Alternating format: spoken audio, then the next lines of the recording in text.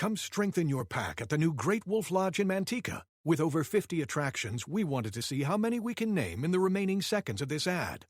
River Canyon Run, Oliver's Moonstone Maze, Tin Paw Bowling, Howler's Peak Ropes Course, Magi Quest, Slaptail Pond Wave Pool, Build-A-Bear Workshop, Storytime, a 4-story water Only fort, 40 more to go. Wolftail And now that a getaway to Great Wolf Lodge in Manteca is just a short ride away, families have time to experience every attraction at the lodge. Great Wolf Lodge. Strengthen the pack.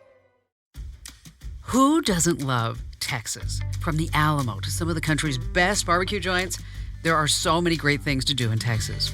But what makes Texas really terrific are the people. I mean, some of the nicest folks in the country come from Texas, and they live in Texas. And some of my biggest fans are in Houston, where there you can hear the show on KPRC 950 AM. But it wasn't only Houston. It also affected our listeners in Corpus Christi, who hear us on KKTX 1360 AM. And in Austin, you can hear us on 590 AM and 99.7 FM. But it wasn't just those communities that were affected by Hurricane Harvey. Our listeners in Beaumont and Port Arthur were too, where they hear the show on KLVI 560 AM. So many people, so many families affected. My heart dropped, and I actually cried when I saw the news of the weekend of August 26th.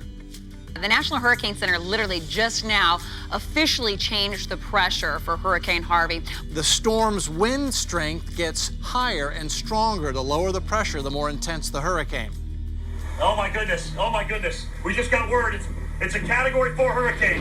It's a Category 4 hurricane. A lot of cars try to get down this street. Some of them will not make it. The problem is we're heading into uncharted territory. Right outside of Houston, and catastrophic flooding going on. There was a truck that had people on the back of it. They were in trouble. People there, they don't have any food, any water, and they're starting to get flooded. And it didn't get better. Things actually got worse and worse and worse. Winds are gusting to 120, 110. I've got roof failures. I've got wall felling. Hang on, guys. This thing is like, I don't know, a couple 100,000 volts. Unbelievable. Wow, wow, wow, wow. If you leave your home from safety, you're only going to be in more trouble. Another roof just went by me. Oh, my gosh.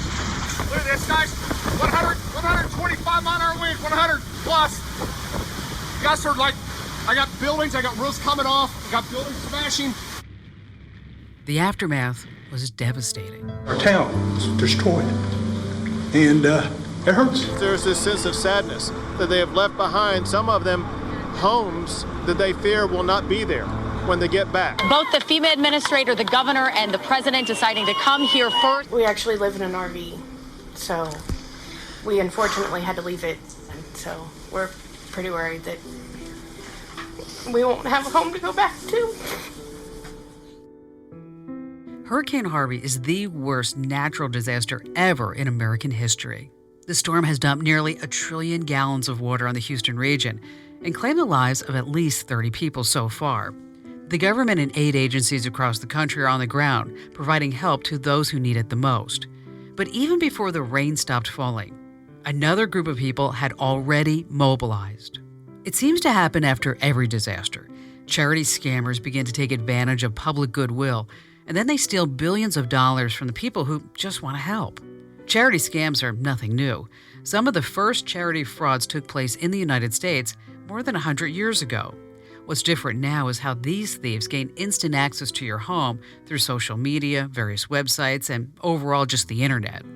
I'm America's Digital Pro, Kim Commando, and in this special Commando On Demand podcast, we're going to talk about how you can protect yourself and your loved ones from falling victim to these criminal gangs. You may think you know how to protect yourself, but I'll tell you, these scammers are getting more sinister day by day.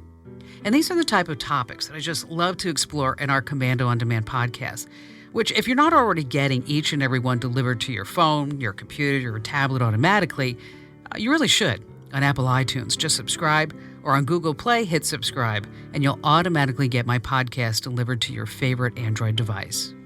Kim Commando is brought to you in part by HelloFresh. Delicious meals at home in under 30 minutes. Start today at HelloFresh.com/Kim.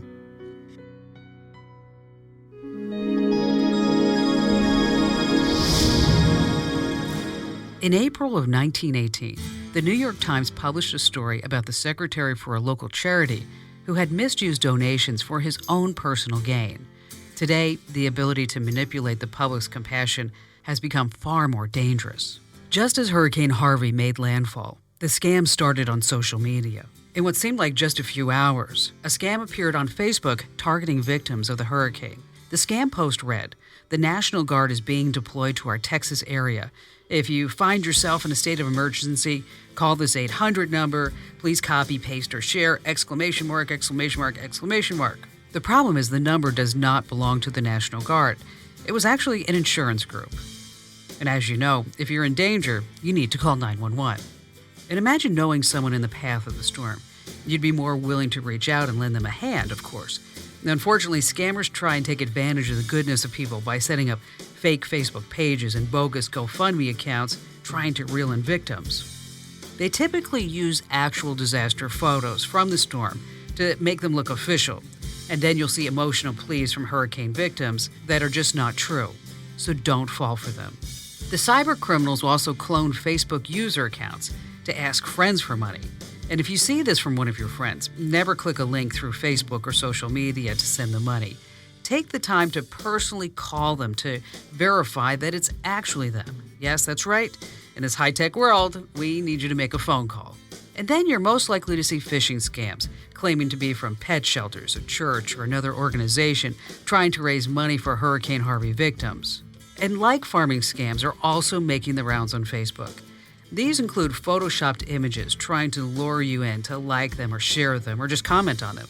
Like farming is just what it sounds like. Scammers post a story on Facebook for the purpose of cultivating likes and shares. And based on the way that Facebook works, the more likes and shares a post has, the more likely it is to show up in people's news feeds.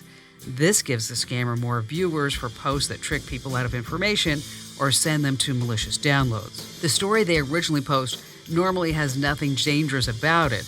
Only after the post gets a certain number of likes and a certain number of shares does the scammer edit it and then add something malicious. So what's the best way to protect yourself? Well, of course, you want to donate through reputable charity websites. But how can you know if a charity is reputable or not? Even the Department of Homeland Security has issued a severe warning relating to emails about Hurricane Harvey. The alert cautions you to double-check the subject line, any hyperlinks, and don't click any attachments, even if it appears to come from a trusted source, including your friends and family. And there are millions of registered charities across the United States. And unfortunately, not all of them are trustworthy. And there's a new player in the online charity world, crowdfunding websites. As I mentioned, you have sites like GoFundMe that allow individuals to set up a page and request donations from the public. We actually call it crowd thieving in some cases. That's Daniel Borkhoff. He's the president of Charity Watch. For the last 30 years, he's been diligently investigating charities to separate the good from the bad. We really encourage people not to participate in these crowdfunding campaigns unless they know the people involved and know their condition, because certainly we do have limited charitable resources in this country, and we want to, as much as possible, fairly allocate the funds. And probably the most needy victims aren't in a position to be out there promoting and advertising themselves on these crowdfunding sites or in social media. You know, I get that. But think about this for a second. Doesn't it make more sense, because you know your money may be spent more wisely, to donate to an individual directly instead of, say, a top-heavy charity? People need to appreciate what the added value that well-run nonprofit organizations offer, and that is by having caseworkers that can screen the victims and find out what they need. Over on Commando.com, it seems like every single day we uncover some scam or bad thing that's happening online. So tell us some examples of dishonest crowdfunding campaigns. One thing that I remember that I thought was pretty hideous, somebody had actually grabbed a photo off of an obit and claimed that it was her brother that needed aid. And it turns out the picture was the son of a prominent doctor, I believe, in Seattle. And so they were just said that she's looking for help to help her paraplegic brother. And, that person in the picture had already died. Now, certainly there's a backstory to this, Daniel. Why did you start doing this kind of work? I always felt that I wanted to do something for the good of the world. And if I can help people better allocate their charitable dollars, there's going to be a lot of great results from that. I do have a background in finance and investments. And so I wanted to give some of that thinking that you do when you make an investment decision, that you could also make some of that kind of analysis involved in making a charitable giving decision. If you had to guess, how many bad charities are out there? Generally, from having done this for 30 years, most groups are operating reasonably, though you do have your bad apples. And unfortunately, the ones that do the most soliciting are the ones that raise the most money, and they may not be the ideal groups to give to. I think I know, but who is most at risk of falling victim to one of these scams? A big problem is with the elderly, well-intentioned elderly, and we hear a lot from the adult children of the elderly, where their parent has given to all these real highly questionable groups. A lot of people get emotional and, are really good, caring people. Yes, it's true. As if this story couldn't get any worse. Coming up, more often than not, it's the elderly who fall victim to these kind of scam artists. Brought to you in part by our friends at DreamsTime, the world's largest stock photo and video community. The right image, anywhere, anytime. Download the most relevant and current images and videos today for only 20 cents each or for free. Visit dreamstime.com. That's DREAMSTIME.com today. Billions of dollars are stolen from some of the most vulnerable people in our society each year. And one of those victims was a woman named Jessica. Jessica Luke was 80 years old and was living a quiet life in England when something terrible started happening to her. It came in the guise of something fantastic. A letter in the mail announced that she had won a major cash prize. All she needed to do was send a small amount of money to the lottery, and then she would receive her reward. Once these people have fallen for a scam, be it any scam, be it a charity scam, a lottery scam, they then collect these names and they pass them on to other criminals, and they call these lists suckers lists. That's Jessica's daughter, Marilyn Baldwin. Over the next 5 years, she watched her mom descend into a nightmare of exploitation. But Jessica never met the people taking advantage of her.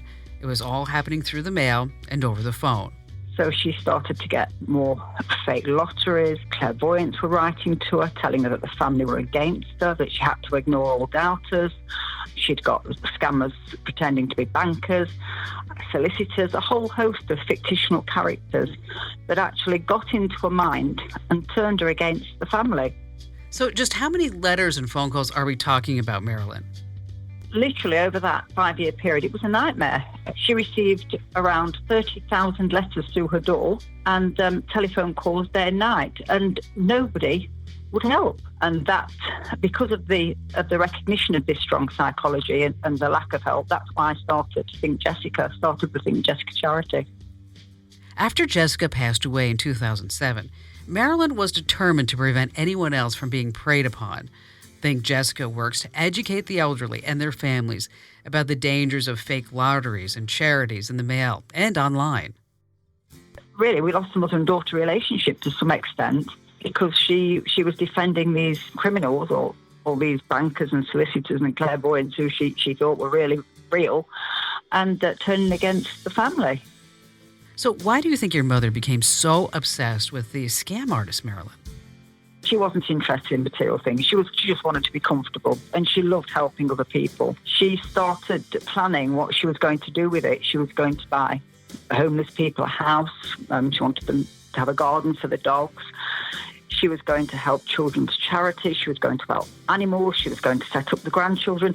She never once mentioned anything that she was going to buy for herself. And now with Hurricane Harvey, what about all of the charities out there? It's vital that we start talking about scams, not just the hurricane charity scams, because that could be the start of manipulation by organised criminal gangs worldwide. In the end, what effect do you think those scam artists really had on your mother? I think the money is one thing, But the effect that these criminals have on their victims is something totally different. We always talk in terms of poor little lady, she's lost $100,000 or whatever, but it's the real price that these victims have to pay is that they've had deterioration of with their family members, of relationships. They get mental health problems, and physically they become unwell. I'm sure it's hard for you to think back on all this, Marilyn, but thank you so much for sharing your story, and hopefully we've prevented other people from falling victim to similar scams. It's been a pleasure talking to you, and thank you for taking the time. The problem is that Marilyn's story is incredibly tragic, but it's not unique. Right now, people are falling for the same lies that cost Marilyn's mother as much as $65,000. As dangerous as these scam artists are, it's comforting to know that protecting ourselves and our families isn't all that difficult. The first step is to avoid any emails or phone calls asking for donations to charities or any promises of cash prizes. Donations should only be made through the websites of reputable charities directly, and then only using a credit card. Never send cash. And be especially cautious of anyone using tragedy to ask you for money. Once you've made sure that you're not donating money to a scam website or charity, you should go directly to a trustworthy charity to donate your money. Daniel, how important is it to send the money to Hurricane Harvey victims right away? This is going to go on for months, if not years, the needs of these people. And there's all kinds of needs outside of the immediate response, which the Red Cross is great at, but that's not really their forte, these longer term needs. So, but also be there to help longer term with the needs that will be arising, some that we aren't even aware of yet. Anything else, Daniel, you'd like to share? You've heard of buyer beware. I call it donor beware, in that let your emotions help you to motivate give, but also use your head to make sure it's a smart giving decision so you make the most of your charitable giving. Americans give 2% of their income each year, and this has been true for decades. So the 2% that we do give, we want to be able to accomplish as much as we can with it. Of course, that's always great advice. Hey, thanks for joining us. Okay, great. Thanks. Take care. Now, Daniel and his team at Charity Watch have compiled a list of the best places to give Hurricane Harvey donations. The A+ rated charities on that list include Catholic Relief Services, United Methodist Committee on Relief, and PetSmart Charities. You can find a link to the full list over on my website. That's commando.com. And if you like this podcast, do me a favor and head over to iTunes or Google Play. And please, please, please give us a 5-star rating and a terrific review, because this helps more people find our podcasts. And before we go, special thanks goes out to Danny Rendo. Danny helped us pull this podcast together really, really quickly. And to our guests, Daniel Borkoff and Jessica Luke.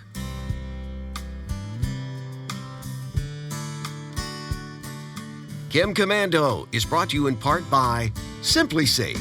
Thanks to Simply Safe, protecting your family is simple. Get 10% off at simplysafechem.com. That's simplysafechem.com.